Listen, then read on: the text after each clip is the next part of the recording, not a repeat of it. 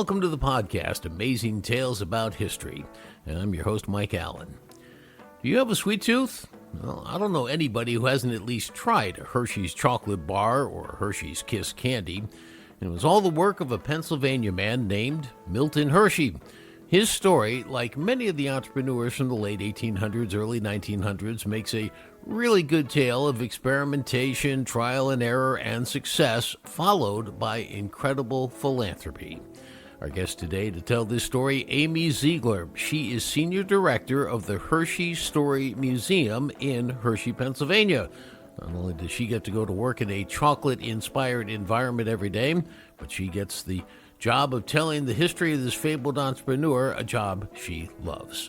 This week's trivia question, the question is, you're familiar with the radio call letters like WCBS or on the West Coast, KCBS, but what would I be referring to if the call letters were W5DX or NJ1Q? Stay tuned after the main program for the answer. That'll give you the topic for next week's show.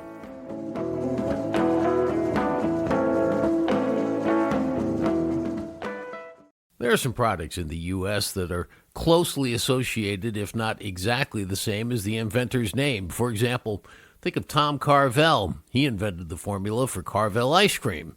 And then there was Sylvester Graham, who invented the graham cracker. And, of course, there were the 7 Italian immigrants of the Jacuzzi family that invented, well, you know, the jacuzzi. Very few have had such a dominance and an association with their product as Milton Snavely Hershey, inventor of the humble Hershey chocolate bar and Hershey Kisses. Now, many entrepreneurs in the 18 and 1900s in the U.S. have bigger-than-life types of stories, and Milton Hershey is certainly among them, near the top, as a matter of fact. He even has an entire town named after him, Hershey, Pennsylvania, which started as the company town that he created and built. Now, you've heard of business people creating housing for their workers and other amenities. In fact, I've done a couple of episodes on some of them. But few took it to the level that Milton Hershey did about 100 years ago, back in the early 1900s. He started a bank, one with low interest rates for his employees. He had affordable housing, streetcars for transportation, churches, schools, an amusement park, libraries, and yes, even a cemetery. And yet the Hershey's chocolate bar was not his first confectionery creation. In fact, Milton Hershey started off in the caramel business, but pivoted to get into chocolate. Well, here to tell us the unbelievable story of Milton Hershey is Amy Ziegler, Senior Director of the Hershey Story Museum in Hershey, Pennsylvania. I would be very interested in knowing how Milton Hershey got into this. I mean, here we have a guy who didn't get beyond 4th grade when he went out and, started apprenticing and did a couple of things, and his mom finally got him set up with an apprenticeship, I guess, in the confectioner area. And then he starts looking into caramels and how to make them with fresh milk, and he starts this caramel company, and lo and behold, we could all be eating Hershey caramels today as opposed to Hershey chocolate. What happened? He failed twice in Philadelphia and New York City and traveled around a lot before he ended up back in Lancaster. And during his travels, he did learn how to make caramels with fresh milk and opened the Lancaster Caramel Company. He was struggling a bit in the very beginning, and then he received an order from an importer-exporter in England, and he wanted a very large amount of caramels to be shipped to England, and that was really the turning point. So now he is doing so well, he's starting to make a lot of money, he's got a lot of workers, and in 1893, there's an exposition out in Chicago, and he's learning about this luxury item called chocolate, and it kind of grabbed his attention, didn't it? Yeah, and I would say when he was in Philadelphia with his first business in 1876, the centennial was happening there. And there were also chocolate manufacturers exhibiting at that World's Fair. So I think that he kind of was already aware of things. And the story goes that he visited the Columbian Exposition then in 1893 with his cousin and made the announcement that caramels were a fad, but chocolate was permanent, and he was going to make chocolate.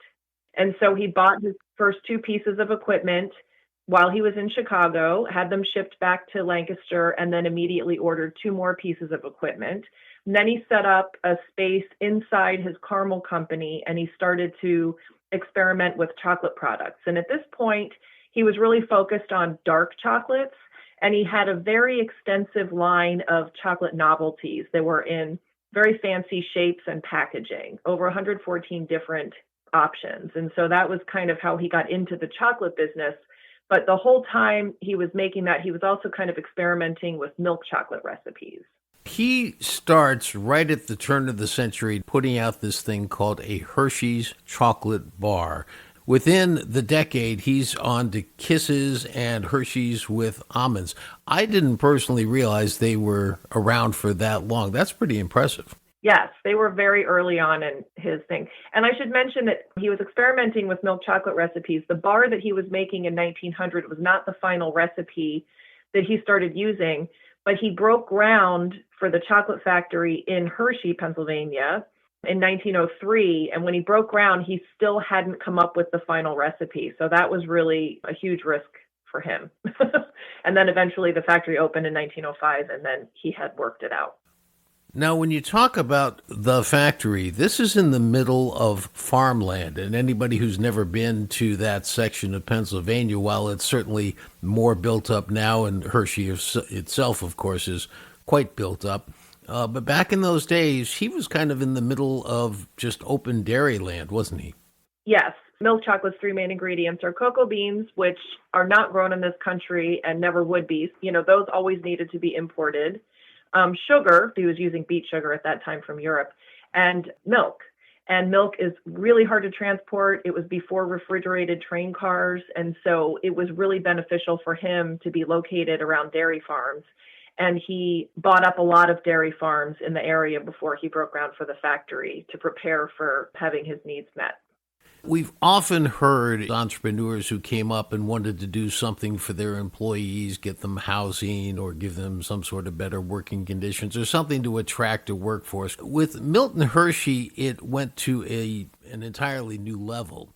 And it's very impressive what he did. And I think it's interesting, you said before we started recording, that he had decided early on in life that if you had money, you should do something with it while you're still alive. And he went on this campaign to build one heck of a company village in Hershey, didn't he?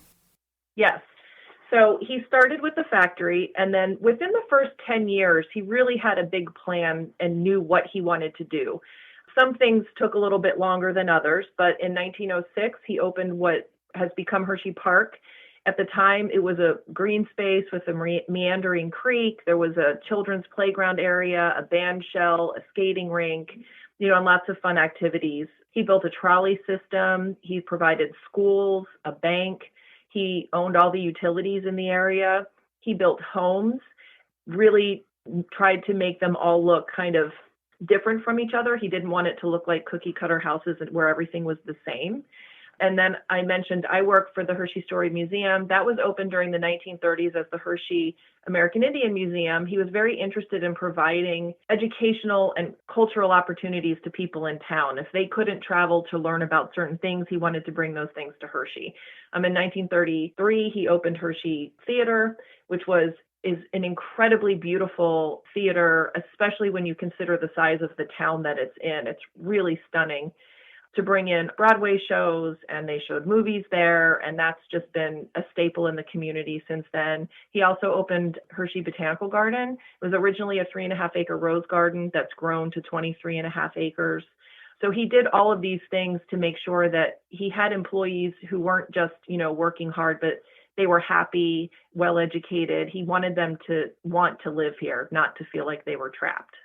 One of the things I read, which sounded really forward for the time, is that the bank that he set up was offering low interest rates to businesses and homeowners so they could get a leg up and get into their facilities sooner. Is that true? Yes, correct. Unlike a lot of company towns, he encouraged people to own their own homes. So he really encouraged people to be entrepreneurial. He wasn't the only one that was allowed to do that in his town. Milton Hershey was married, but he and his wife, I guess, struggled to have children. And one of the things he did, probably perhaps his signature contribution to the community was what was called at the time the Hershey Industrial School. Can you tell us the story behind that? He always said it was Kitty's idea, his wife. As you mentioned, they were unable to have children, and he really wanted to provide a home environment for kids. Boys were exclusively accepted at the beginning of the school because he felt that it was easier to place girl orphans than it was to place boys. And so he focused on boys and teaching them a trade. And basically, they provide for every need that a child has: medical, clothing, schooling, currently, technology and all of that kind of stuff. So it's a really incredible place that takes care of children in a family environment. So they live in student homes with between 8 and 12 students. They have married couples as house parents. And the student homes are broken up by, I think the kids all have to be within 2 or 3 years of age. Boys live in, boy homes, girls live in girl homes, and that kind of thing. So it really is meant to be a family environment and not just children living in dorm rooms or things like that. And that's always been the case since the school opened in 1909. And it's still going on, isn't it? It is, yes. I had read somewhere where they had 2,000 enrollees as recently as 2016. Does that sound about right? Yes, they do have a little over 2,000 students enrolled currently. Amazing. Now, with all that Milton Hershey did, it almost all came to an end in 1912. He was in Europe with his wife, and they had bought a first-class stateroom ticket through the White Star Line to go on the maiden voyage of the Titanic. What happened? He had to leave early to come home for work. So his wife stayed behind in Europe, and he traveled home on the America, which was the ship that radioed the Titanic about icebergs.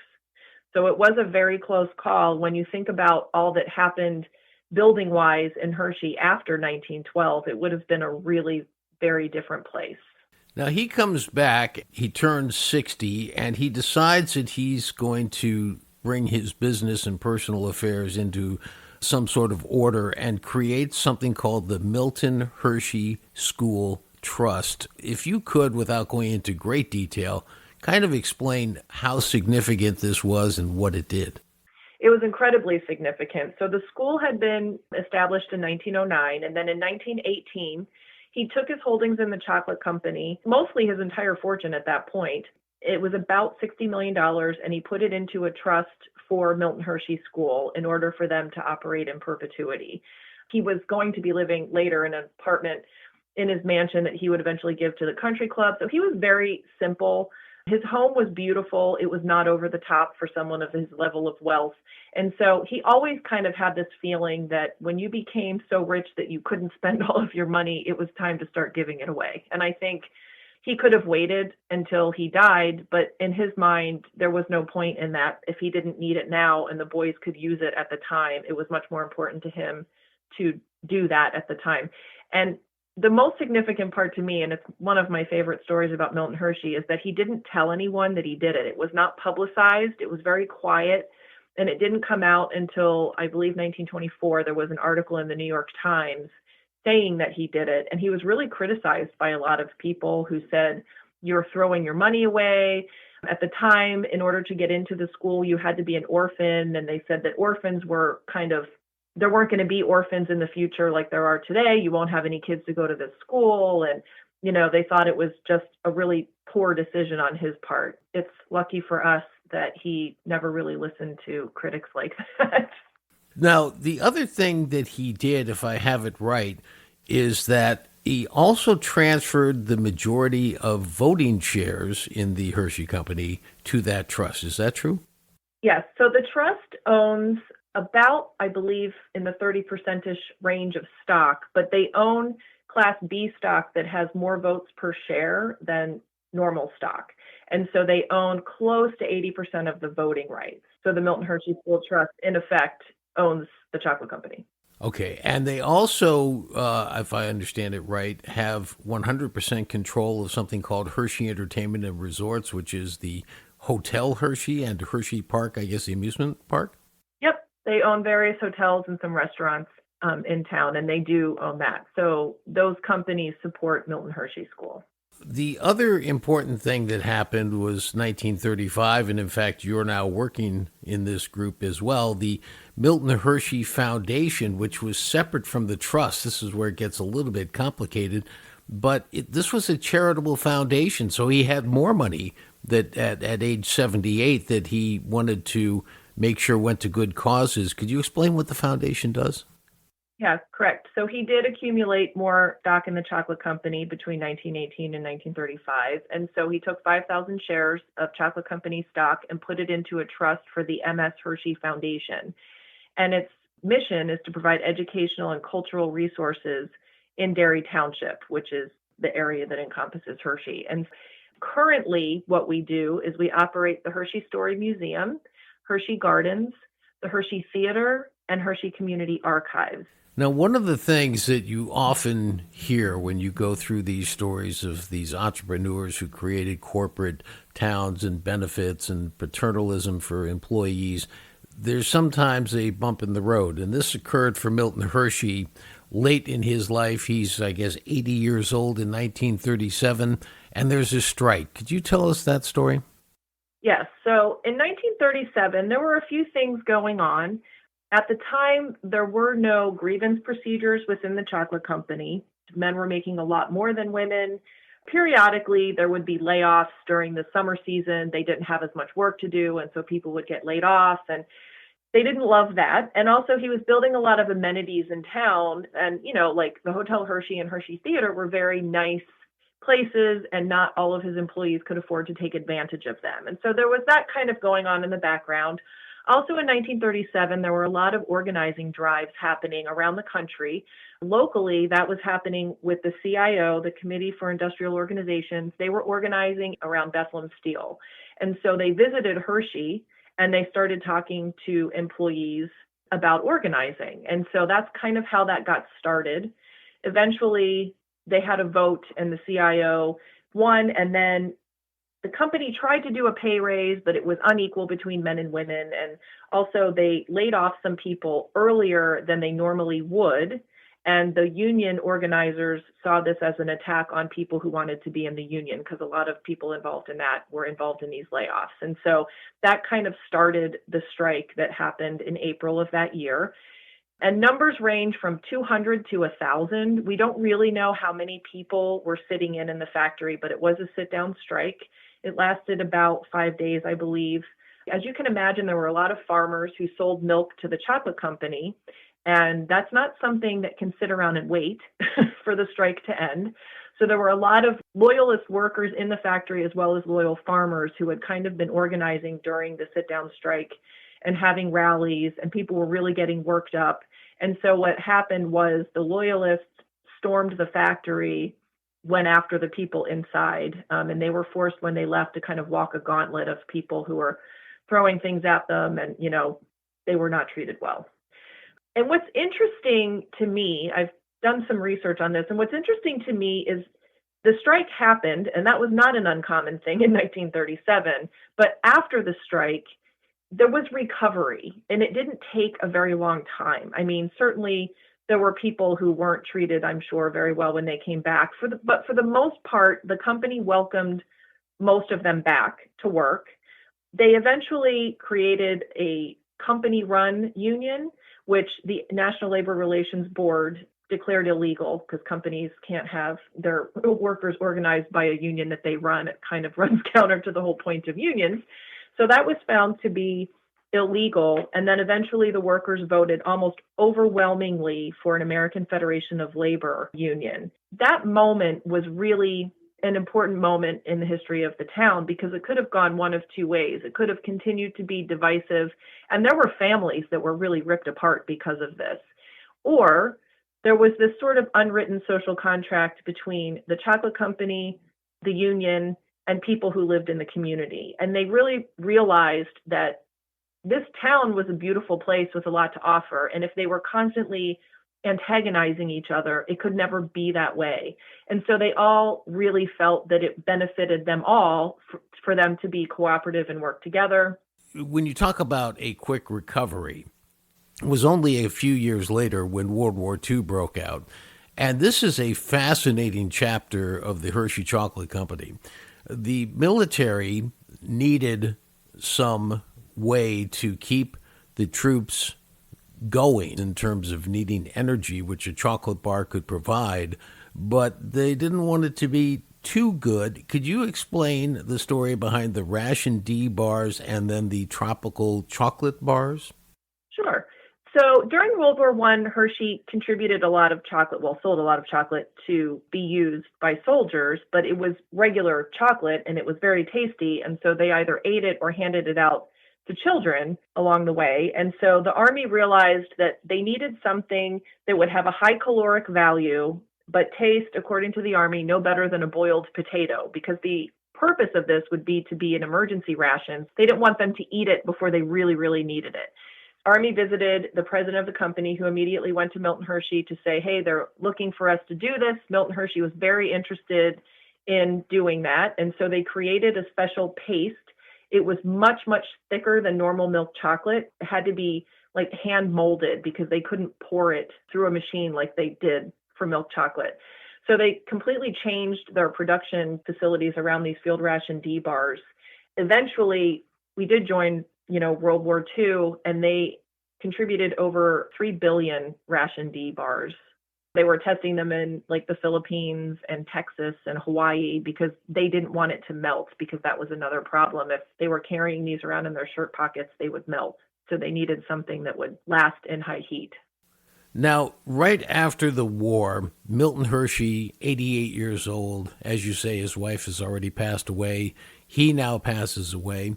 And yet, from the grave, all that he did during life to set this up gives one more gigantic gift to the state of Pennsylvania, or the Commonwealth of Pennsylvania, in 1963. Can you tell us about this medical center? Milton Hershey School had a surplus of income, and they were looking for a way to use it that would benefit children, that would, have been something that Milton Hershey would want to do. And so they came up with the idea of building a College of Medicine and teaching hospital in Hershey. And they approached Penn State University and said, if we give you $50 million, would you be interested in building this College of Medicine? And they, of course, said absolutely yes. And so from the grave, Milton Hershey's money, made from the humble chocolate bar that he created, continues to finance philanthropic activities throughout the town of Hershey, Pennsylvania. That 600-bed hospital, a teaching hospital, is considered one of the finest in Pennsylvania. In 1918, he also built something else, a cemetery, and that is, in fact, where Milton Hershey was laid to rest when he died in 1945.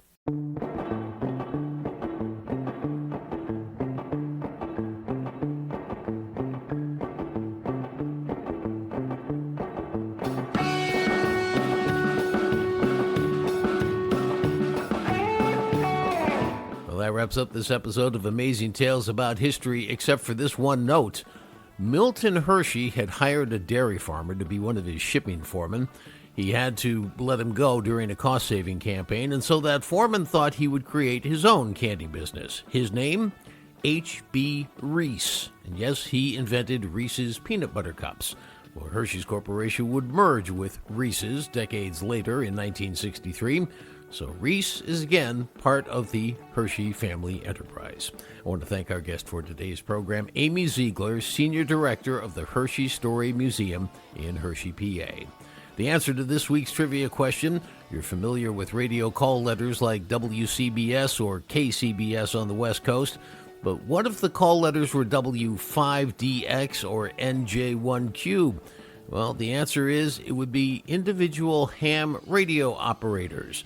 Next week on Amazing Tales, the American Radio Relay League, a group that has 125 years of fascinating history behind them. Amazing Tales About History is a production of True North Associates, LLC. This is Mike Allen. Be safe and stay healthy.